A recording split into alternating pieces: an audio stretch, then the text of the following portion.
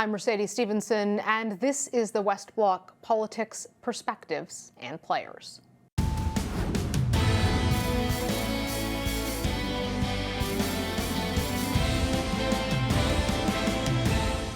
Feelings of fear, vulnerability, and anger have gripped the Asian Canadian community as incidents of anti-Asian racism are dramatically on the rise during this pandemic.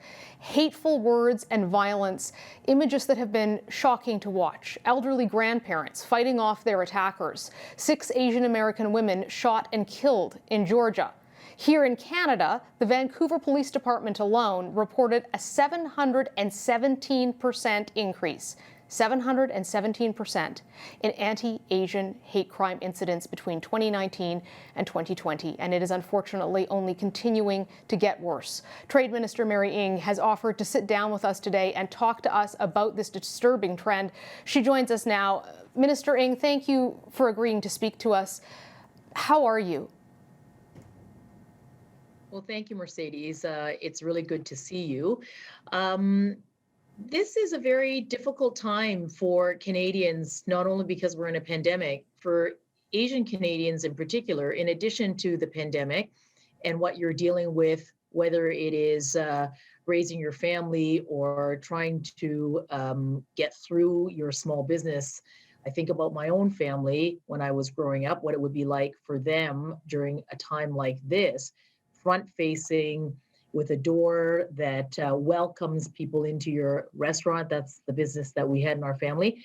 And then on top of that, having to deal with anti-racism, it's very difficult. And the stories that I hear are absolutely heartbreaking across the country, whether it is from seniors, from horrific professionals who would never normally see this type of aggressiveness, to young people. And you know, I think one of the most heartbreaking things was just about a week ago when a very good friend of mine in Vancouver sent me a text that his 70-year-old mother sent to him. She was worried about going out for a walk and wanted to know where she might be able to buy pepper spray. This is Canada. How is that happening today? So I'm really pleased to be able to have an opportunity to talk to you and for you to have this conversation, because my message really is that we're going to need all Canadians standing together to fight racism of all of its forms, and certainly anti-racism, which is on an unacceptable rise in this country.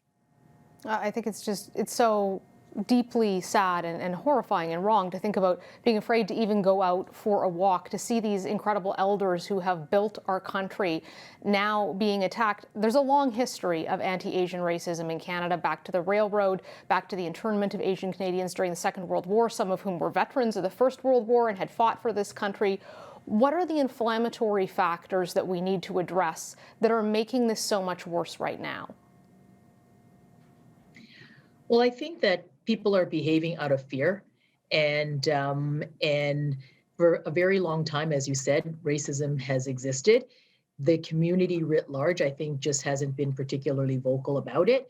And I think today, the effort of trying to protect your neighbor, protect your friends, protect your family, stand up for your elderly parent or auntie or uncle is what everyone is feeling compelled to do. Heartbreaking to see the violence that has taken place in Atlanta. And if I think about that incident, and my heart goes out to everyone who is mourning right now, those incredible women. But that was a couple of weeks ago, and I have been working on this for a year now, since COVID-19 came to our shores. And we began to see the rise of anti-Asian racism almost immediately, whether it is people not wanting to go to businesses or stores that are owned by Asian Canadians, and or hurling insults, and even worse, perpetrating any type of violence. So in these conversations I've been having and bringing communities together over this past year, communities are saying, help us, be allies with us, and let's fight this together. And that's exactly what I've been doing. As recent as last week in the prairies and in the West Coast, I convened community leaders, business leaders, allies, but also members, leadership of law enforcement. Communities want to feel that those institutions that exist to protect all of us are there listening and finding solutions together. So I think this work is important and necessary, and we're going to have to keep doing it. But this is work that I believe it's all of us Canadians who need to do it. I think people shouldn't stay silent. I think that we should have these conversations. And I think in these conversations, we begin to create that allyship to build the kind of country that we all are just so darn proud to be Canadians.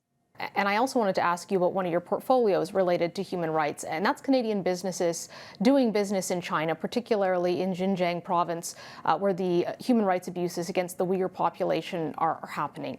Critics, including the Uyghur community, are saying that there's really no monitoring of what Canadian businesses are doing there to make sure that they're not using forced labor.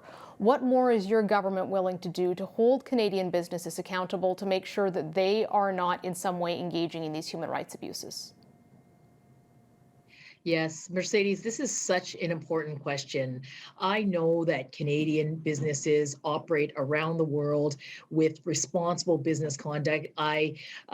We have to keep doing the work to make sure that they are not unknowingly, that they don't unknowingly in their supply chains have forced labor. We stand up against human rights. We are working with the international community to condemn it.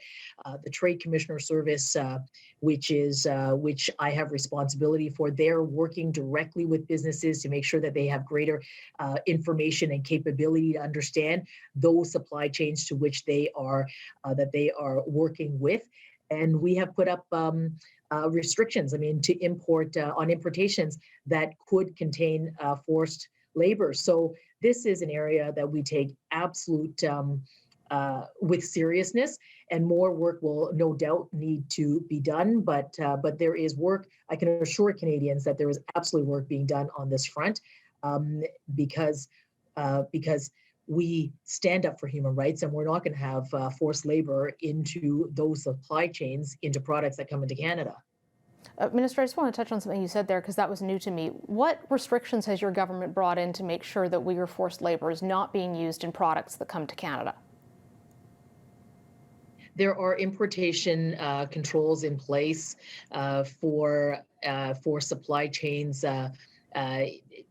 For supply chains that may contain forced labor coming into Canada. Our Trade Commissioner Service and Global Affairs Canada are working very much with our businesses on the ground and here operating on the ground, but here in Canada as well, to make sure that they are aware and to make sure that they have the tools that they are needed to look at examining their supply chains to ensure that there isn't supply chains that contain forced labor in it, so that we can walk the talk around standing up for human rights. I know there's a lot of questions on enforcement on that, but I just want to ask you quickly as well about the budget coming up. A lot of small businesses are very, very worried. You're the minister in charge of small business.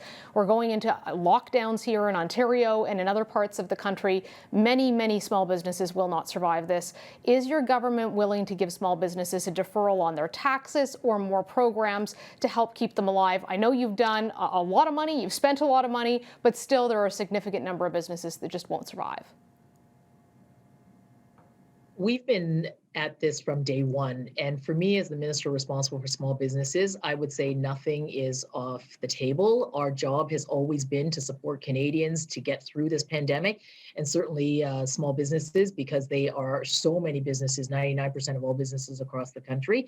So the emergency supports that are there continue to keep people on payroll, to pay for fixed costs, to make sure they have that working capital to get them through this period. We continue to work on this, and we continue to look at how we can keep doing this. Our view really is that helping our businesses get through this pandemic will mean that we're creating the right foundation. So in that recovery, they're stronger in this recovery because they've been able to get through this pandemic. So that work doesn't stop. In fact, this week I'm just wrapping up a trade mission, a virtual trade mission of France, 300 companies that are there, the most diverse companies, women entrepreneurs, young entrepreneurs, Indigenous entrepreneurs. I've not let COVID-19 stop us from helping our Canadian businesses pursue opportunities abroad, because I have the international trade file too. So really working it on both ends, supporting businesses so they can get through this, but also continuing that work to pursue opportunities in those markets. So I'm literally doing that as we speak as well. One last question for you, Minister. Were you aware as a cabinet minister of the allegations against General Vance in 2018 or at any time since then before it broke in the media? I learned about it when it broke in the media, and as Minister Sajjan has said on this, this is an issue that we take very, very seriously. There is no room at all for people to feel unsafe, and we want to encourage and make sure that the system enables anyone who wishes to raise a complaint of any sort is able to do that. So to answer your question, no, I didn't know. I learned it. I learned it when it was reported publicly. Minister Ng, thank you very much for your time today. Thank you so much, Mercedes, and thank you for covering this very important topic as well. Media has a role, and you're doing that, so thank you. Thank you for taking the time to join us.